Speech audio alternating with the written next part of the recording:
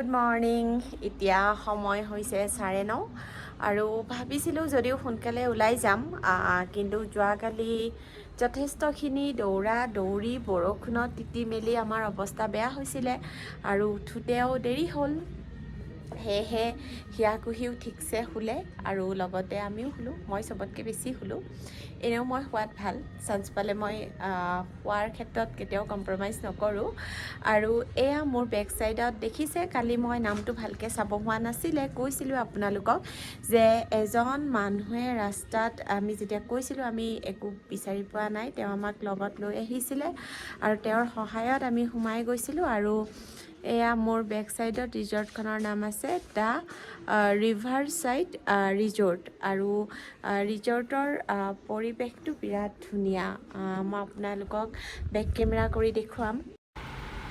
আৰু এই ৰিজৰ্টখন যিখিনি ঠাইত মই যোৱাকালি ৰাতি ৰিচিপশ্যনত সুধিছিলোঁ, তেওঁলোকে জনাইছিলে যে এই ঠাইখিনিৰ নাম ওমট্ৰেংগা।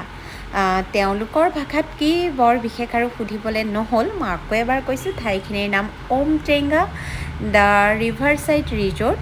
বিৰাট ধুনীয়া। আৰু এয়া চাওক আমাৰ কুহি বাইদেউৰ ষ্টাইল। আজিকালি আমাৰ মেডাম যেতিয়াই তেতিয়াই মেকআপতে থাকে। আৰু এতিয়া যিহেতু আমি ওলাই যাবলৈ লৈছোঁ আৰু তেখেতেনো আৰু মেকআপ নকৰিবনে বাৰু, আৰু নিদিলেতো জেদ লাগিব, গতিকে পাউডাৰ অকণমান লগাই পেলাই দি দিছোঁ। কুহি আৰু মই পূৰা ৰেডি। আৰু আমাৰ হিয়াই লাজ কৰিছে ন? হিয়া কিয় অহা নাই? কুকুৰ দেখি কুকুৰক ভয় কৰিছে ন? আৰু আমি ৰেডি এতিয়া। আজিও নাজানো আমি ক'ত যাম, গৈ থাকিম আৰু গুগল মেপ চাই চাই য'ত পাৰোঁ গৈ থাকিম।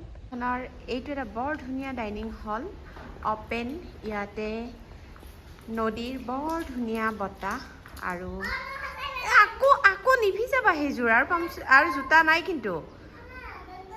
আকৌ ভিজালা কুহি আহা, আকৌ নিভিজা আহা।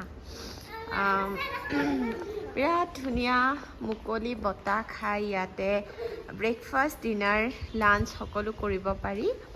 আৰু এয়া চাওক, কাষতে নদী এখন আছে, নাম নাজানো। আৰু সেইটো হ'ল হাইৱে।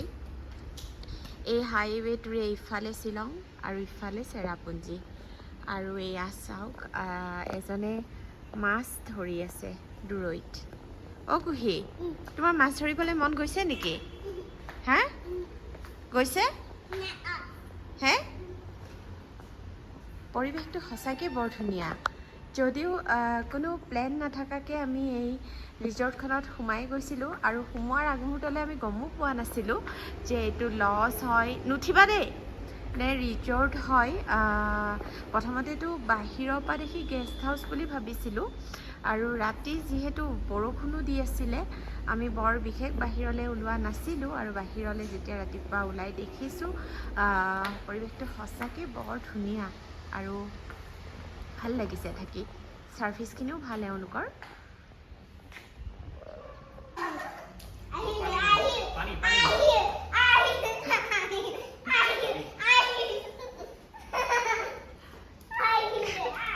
কুহিৰ বিৰাট হাঁহি উঠিছে ন? হিয়া বাই ভয় কৰিছে। হিয়া আহা। ইয়ে, তুমি ভয় কৰিছা? কিছু একদম চালিয়া কুকুৰ ন? কুহি নুচুবা কিন্তু, কুহি নুচুবা। কুহি বা ফ্ৰেণ্ড হৈ গ'ল। লৈ যাওঁ নেকি? ডুকুৰ ফ্ৰেণ্ড হ'ব পাৰিব। আৰু এইবাৰ ইটো ছাইডলৈ আহিছোঁ। সঁচাকৈ বৰ ধুনীয়া পৰিৱেশটো। আৰু সেই সৌৱা দূৰলৈ আপোনালোকে দেখিছেনে? একদম এবাৰ ক্লাউডটো আহিছে আকৌ গৈছে, একদম ক্লাউডি ৱেডাৰ, বিৰাট ধুনীয়া। আৰু আচলতে কাষত থকা নৈখনৰ কাৰণে পৰিৱেশটো বেছি ধুনীয়া হৈ পৰিছে। এজাক বৰ ধুনীয়া ঠাণ্ডা বতাহ। কুহি আহা। কুহি কেনেকুৱা লাগিছে? হা, তাতে নুঠিবা, তাতে নুঠিবা, তাতে নুঠিবা।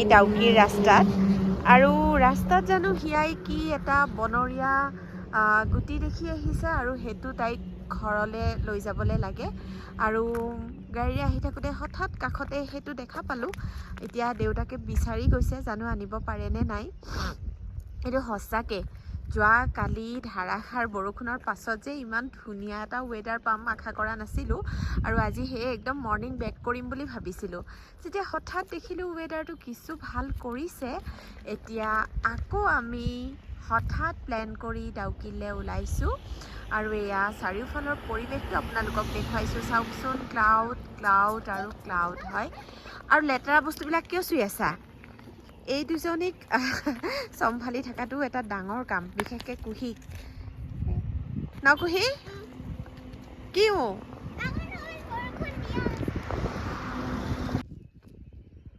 এয়া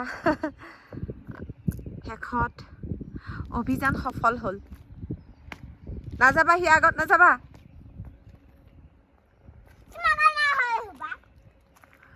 কি কুহি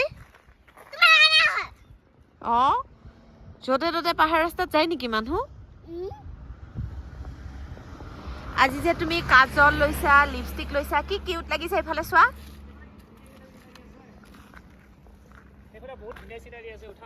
উঠিলো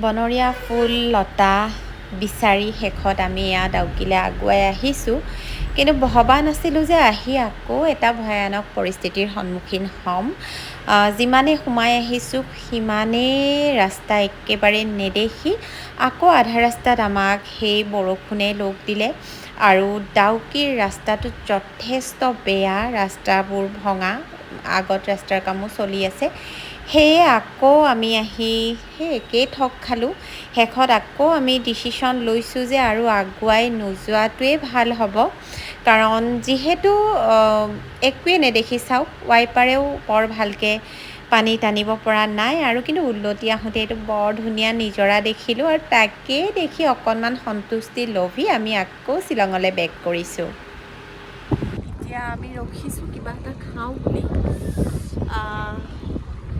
ধুনীয়া ৰ'দ অকণমান আছে লগতে বতাহো আছে চাৰিওফালৰ পৰিৱেশটো আপোনালোকে দেখিছে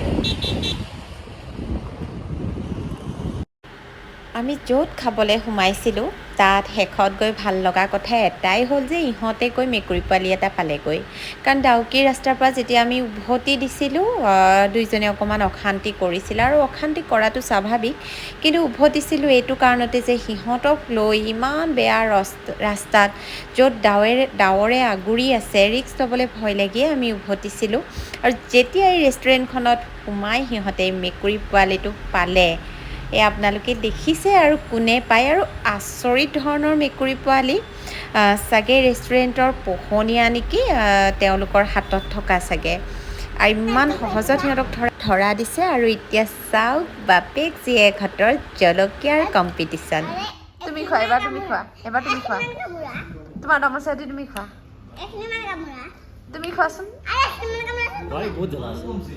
এবাৰ তুমি খোৱা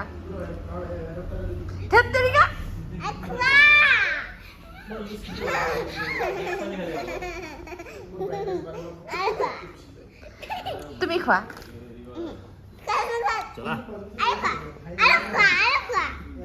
খানা পিনা শেষ কৰি এতিয়া আমি যিমান পাৰোঁ সিমান সোনকালে ওলাই যাম শ্বিলঙৰ ৰাস্তালৈ আৰু এইয়া পাই গ'লোহি আমি এলিফেণ্ট ফলছ আৰু এই পইণ্টটো পোৱাৰ লগে লগে কুহি বাইদেৱে মোক ইয়ালৈ টানি লৈ আহিছে তাই হেনো এই ড্ৰেছটো পিন্ধি ৰাণী হ'ব ঠিকেই তাই তেনেকৈয়ে ভাবিছে সঁচাকৈ এই ড্ৰেছটো বৰ মৰম লগা আৰু ইহঁতক পিন্ধিলে যে ইমান মৰম লাগে আৰু এইয়া আমাৰ বাইদেউ ৰেডি এতিয়া আৰু হিয়াই পিন্ধিবলৈ মন নকৰিলে তাই মূৰটো মাৰি আছে যে আগলৈ তাই আৰু ক'ত যাব আৰু যিহেতু তাই ইয়ালৈ সোমোৱাৰ আগত বাহিৰত অজস্ৰ দোকান দেখিছে তাই মূৰটো মাৰি আছে যে তাই দোকানত গৈ কি কিনিব আৰু এখেতে মূৰটো মাৰি আছে যে মই তললৈ গৈ ৰিলছ বনাম ফটো উঠিম আৰু এইয়াহে বাপেকৰ জীয়েক কিছু চম্ভালি থাকিব পাৰে আপোনালোকে দেখিয়ে গম পাইছে চাগে আৰু বাপেকক অৰ্ডাৰ কৰি আছে যে তাই সেই তললৈ যাব, তললৈ গৈ চিৰিত বহি ফটো উঠিব,